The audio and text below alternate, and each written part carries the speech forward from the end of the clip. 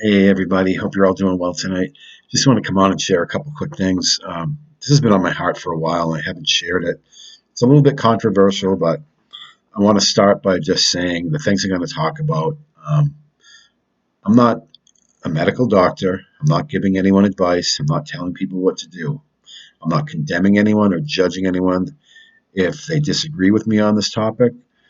And I'm just going to share some of my experience, some of the research I've done, and my thoughts on some of these things. And the topic I want to talk about is psychiatric medications, psychotropic drugs, talking about SSRIs, selective serotonin reuptake inhibitors, or your antidepressants, your benzodiazepines, which are your Valiums, Klonopin, Xanax, Ativan, and your antidepressants are like Paxil, Lexapro, Prozac, Effexor. There's a bunch of them. And then you got your sleep meds, which are psychiatric also, like your Lunestas, um, Ambien, Trazodone, and of course your anxiety meds, the benzos, they can be used for sleep also. Then you have your antipsychotics, um, Risperidol. There's a bunch of different ones, Haldol. Um, and then there's mood stabilizers like Buspar, and there's a bunch. So it's the whole gamut of those drugs. And the reason I bring it up, um, when I first got saved back in 1995, when I first accepted Christ, and this has been a journey, it's only been the last year and a half that I've really understood the gospel of grace. But I think I was saved, but either way, the Lord brought me through everything. But when I was 30 years old, I'm 54 now, so back in 95 when I first got saved, I was going to a big non-denominational church. It was a really big one, and I went to a men's Bible study, and I don't know how it happened, but I got connected with one of the elders in the church, and it shared with him some of my issues. And I had told you guys before, I came out of some addictions, and I've struggled with some depression and anxiety and those types of things for a long time. I had some traumas in my life, and I'm not making excuses for my flesh, but it just is what it is. And I found out through medical records being adopted that there was some mental illness in my birth mother and my birth grandmother. So I inherited some of that stuff, I believe. But regardless, the Lord's done an awesome job in me, and He's still working on me, and I still have a long way to go. But when I was at that church in '95, one of the elders said, maybe I can connect you with a Christian psychologist who works with some people in our church.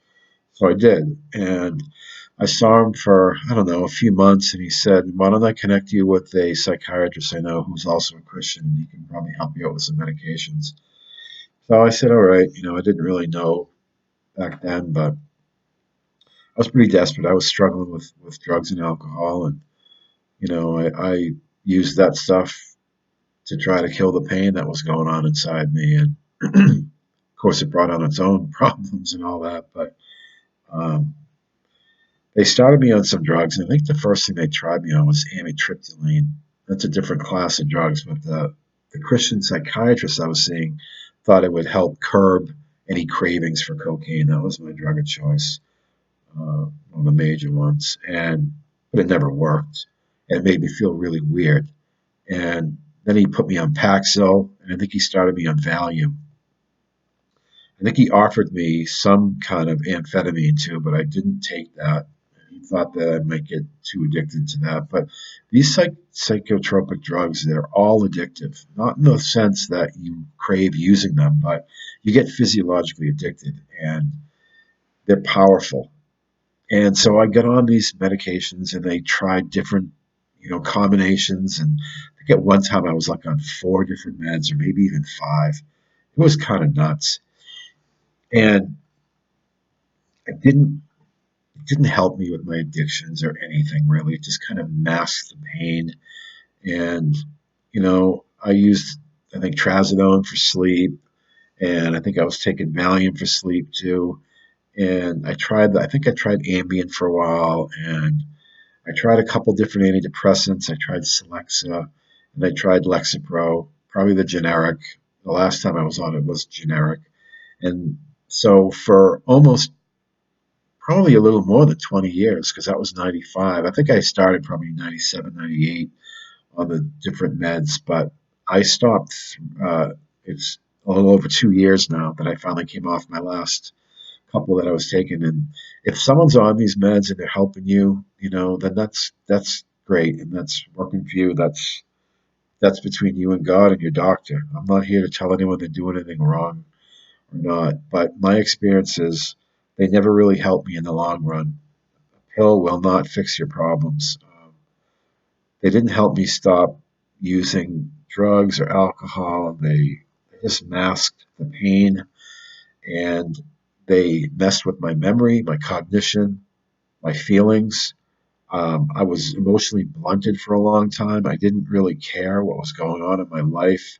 It was easier to fall into greater sin and just use the excuse that I was depressed and I have mental illness and et cetera, et cetera. I know there's legitimacy to depression. Some of it can be clinical and all that, but it just got confusing and it didn't really help me too much. And I had come off these meds numerous times and it was brutally difficult.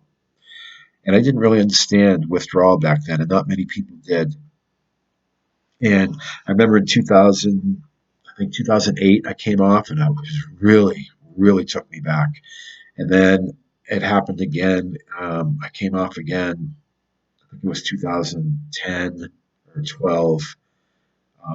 And then again, I tried coming off because I had gone back on them numerous times. And I think sometime in like 2015, I tried stopping.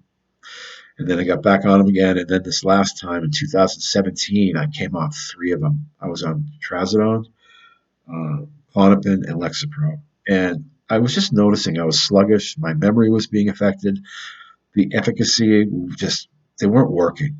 And I wasn't getting any benefit. And I talked to my doctors. They're like, oh, cut your pill in half, then in half the next week, and you should be fine. Well, this last time I came off in September of 2017, I came off the Klonopin, which is a benzo. I went through such a horrific withdrawal that I couldn't function. And I also came off my Lexapro and trazodone. I was just done with all of it, but I weaned off too quickly. It was almost like a cold turkey. And I took a trip through hell and I could not function. I was rendered completely incapacitated for about a year and a half. I couldn't work. I couldn't do anything. I could barely think straight. I think I went 9 or 10 days with no sleep at all. And I was hallucinating. I had physical problems. It messes with your whole central nervous system and your GABA receptors. When people come off benzos, they can die because it can give you seizures. It's a lot like alcohol. You can die from alcohol withdrawal too, if you're not careful, because you can get seizures. And benzos, the Valiums and Xanax and all those Klonopins, they work on the same brain receptors as alcohol, the GABA receptors. And it has so much functionality, your thinking, your motor skills, your emotions, your physical body. I had so many cramps and muscle aches, I couldn't even go to the gym. I couldn't get a sentence barely together. I was absolutely out of my mind.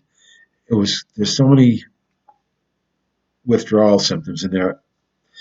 They carry over. The SSRIs, the antidepressants have just as many, if not, they probably have just about as many as the benzos regarding withdrawal symptoms. I think the benzos might be a little worse, but I got the full brunt of it because my brain had been kindled, which is a term that means I've come on and off these drugs numerous times, that my brain is kind of reset. And every time you come off and go back on, it gets harder to withdraw each time. And even when you try to go back on the drugs, they don't work as well. And so it was difficult, but some of the symptoms, I mean, it was just intense anxiety, joint and muscle pain, allergic reactions, hypersensitivity to sound and to light, um, back pain. apathy, constipation, dehydration, dental pain, depersonalization, and derealization. Depersonalization is like you don't feel like yourself, and it's a bizarre feeling and a phenomenon. Derealization is you don't feel like you're in reality. You feel like you're looking from the outside, and nothing seems real, and it's a very terrifying state. And I was in that state for a long time. It was really, really scary. Um, Brings on horrific depression and agitation, um, dysphagia, electric shock feelings going through your brain and your body, cardiac dyskinesia, which is like you have to keep moving. There's still people I know who came off these who are still fighting that. It's a torment. Hair loss, skin problems, um, flu-like symptoms, insomnia, uh, muscle cramps, muscle rigidity, nausea, neurological problems, nosebleeds. I'm not even reading all of them. Poor concentration, memory loss, night sweats, chills, sinusitis, skin sensitivity. I had some mild psoriasis. When I came off this last time of these meds, my psoriasis blew up and I could feel it. It was like my skin was popping like popcorn. It was unbelievable. Vomiting, vertigo, visual disturbances, agitation, aggression, anxiety. Uh, you feel like you're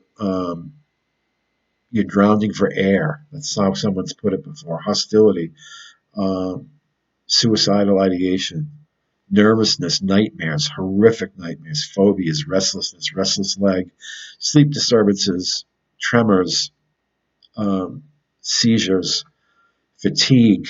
I still get fatigue. I get horrific chronic fatigue from this, and it's been 2 years since I came off. Abnormal behaviors, false beliefs, aches and pains, aggression, agoraphobia, which is not wanting to leave your own place or go out to social areas, antisocial behavior, diarrhea. I mean, there's just dizziness, exhaustion, insomnia, irritability, hypertension, panic attacks, rashes, slurred speech, stomach problems. I mean, it just goes on and on and on. It's unbelievable. Hair loss, dry skin, allergic reactions. I become hypersensitive to certain smells and chemical smells, nausea, just unbelievable. And I went through almost all of it.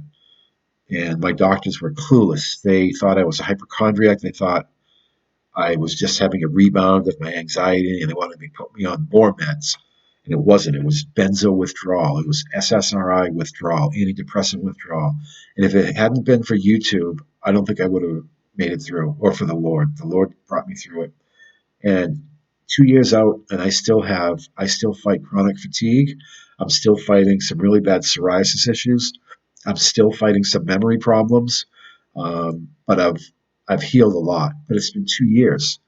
Guys, SSRI and benzo withdrawal makes heroin withdrawal look like child's play because it's prolonged and it can last months to years. Some people become permanently disabled. There's people who make YouTube videos who uh, they show their experience going through this. They're everywhere. If you just punch in benzo withdrawal or Clonopin withdrawal or Valium withdrawal or antidepressant withdrawal, you get tons of people who have chronicled their experience, and it's an epidemic. It's probably worse than the opiate, but it gets no commercialized airplay because the pharmaceutical companies don't want anyone to know this, and the pharmaceutical companies kind of run the show. They have a lot of influence over our government and corporations, and the drug reps from the pharmacy companies do not train the doctors on how to properly wean people off because they want you on this stuff for life. And after a while, I mean, you become a lot of people are disabled, and when they get on the meds, they get onto the cycle and they never get out of it. And I was in it for over 20 years.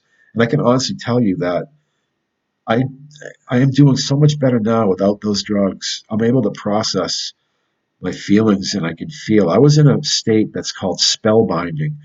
And spellbinding is when you're on these drugs, they're so powerful that They will have you thinking, saying, doing things that you never did before, and you'll think you're still just absolutely fine and normal. And it really is a subtle form of witchcraft, some of this medication. That word witchcraft in the New Testament, it's Greek 5331. It's the word pharmakia. It's used 5 different times. It's in Galatians 5:20, which is witchcraft. It's translated as witchcraft in the King James Bible. It's also in Revelation 9:21, Revelation 18:23, Revelation 21:8, and Revelation 22:15. And there, it's pharmakia is, or a derivative thereof, is translated as sorceries. And but under G5331 for pharmakia, it's medication, magic, sorcery, and witchcraft. And it really is a form of manipulation. It's mind altering. And I'm not telling people if they're on it that they're performing witchcraft. I'm not doing that. But there is reason for caution and prayer and research and such. Dr. Peter Breggin is a amazing doctor, a psychiatrist who doesn't prescribe, and he's been talking against these drugs for decades. And he's a Jewish guy, and he's given conferences at Christian churches, um, and he's just really good. He has a lot of information about these drugs, guys, that really is shocking. I mean, they're neurotoxins, and they can really mess with you. And it's staggering the number of people. Even on those verses in Revelation, it says all these people are going to be sorcery. They're going to be on drugs, and the numbers are staggering. There's like over 80 million people taking these drugs. This is from a 2017 study that I'm looking at. But they have little kids, I mean, infants taking some of this stuff. Children between, you know, 0 and 1 years old, 2 to 3, 4 to 5 years old, 6 to 12. There's over 3 million people aged 6 to 12 taking psychiatric drugs. Um, 13 to 70, it's 3.5 million. 18 to 24, there's over 5 million. This is 3 years ago, so the numbers are probably higher. Total is over 80 million people. And a lot of the school shootings, a lot of the serial killings, a lot of that stuff is people either coming off their meds or they've been on them for a long time. They can cause aggressive behavior. I went through horrific rage periods when I was coming off benzos, and it was brutal. And, never mind my fallen flesh. This stuff just amped it all up, and it was brutal. And I remember when I was in the deliverance ministry, the fake and false modern deliverance ministry, which thinks everything's a demon or a generational curse. It's complete and utter false teaching. They were telling me that because I was taking these drugs, I was performing witchcraft and I had demons from it. I had to, it was ridiculous. And that's when I remember I went off the meds too quickly because I was afraid, because these people gave me really bad advice. I should have weaned off, and my doctors were clueless. Most doctors are. It's rare to find a doctor who knows how to properly wean someone off these medications. It's got to be done real slow.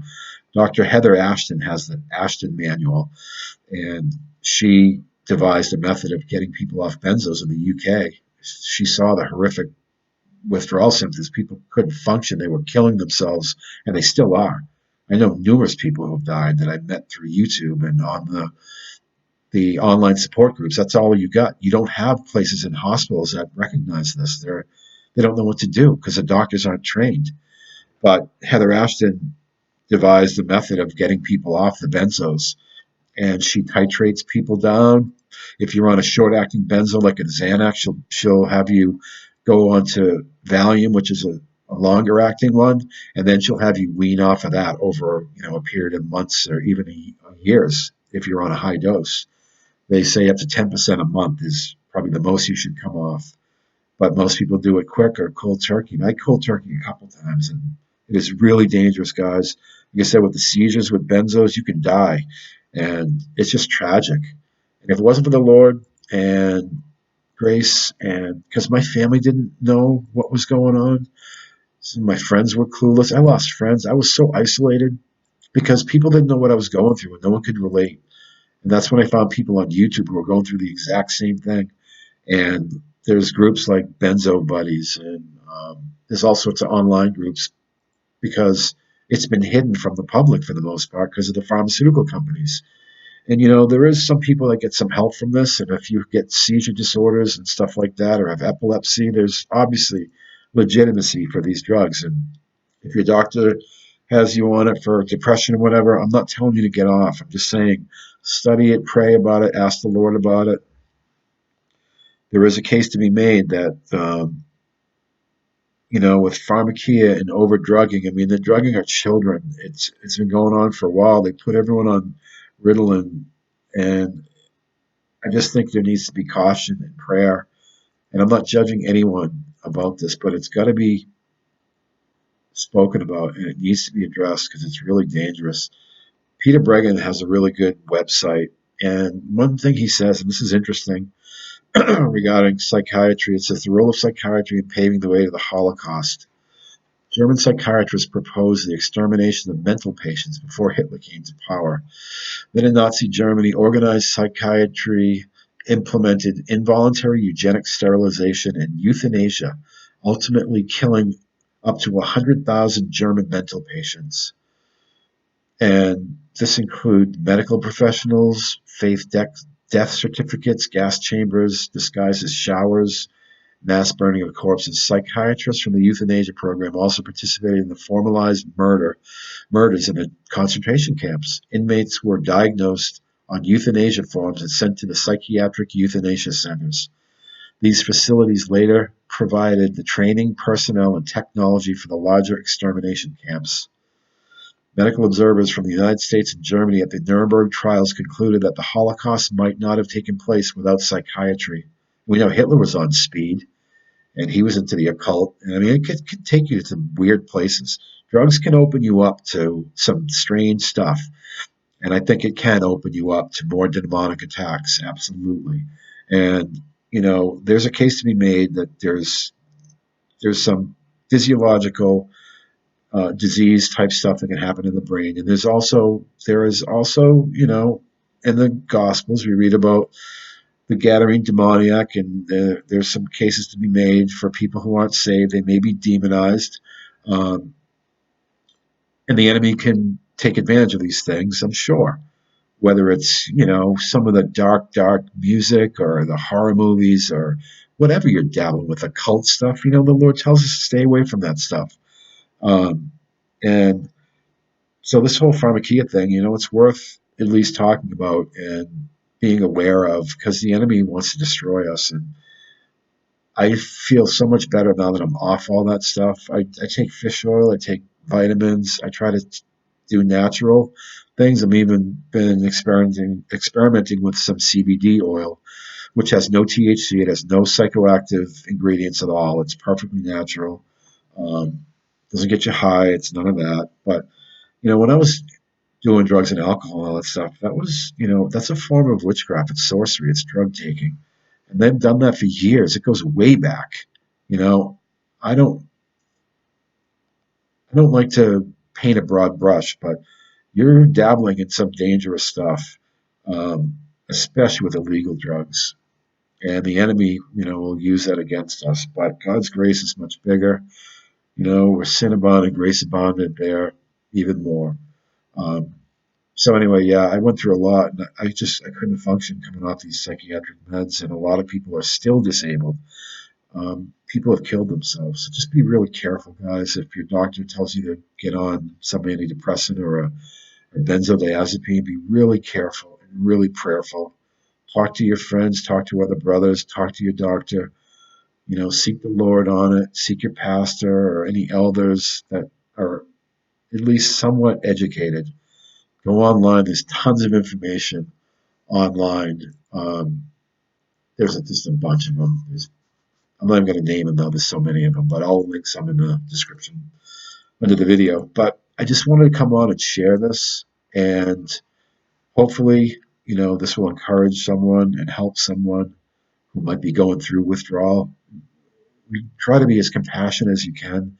I had no one, and many people are left alone, and you lose friends and you lose family confidence. Your doctors think you're nuts when you're coming off these meds. They want to put you on more, especially if it's a psychiatrist or psychologist, if they're not educated on withdrawal and how horrific it is, because it's hidden.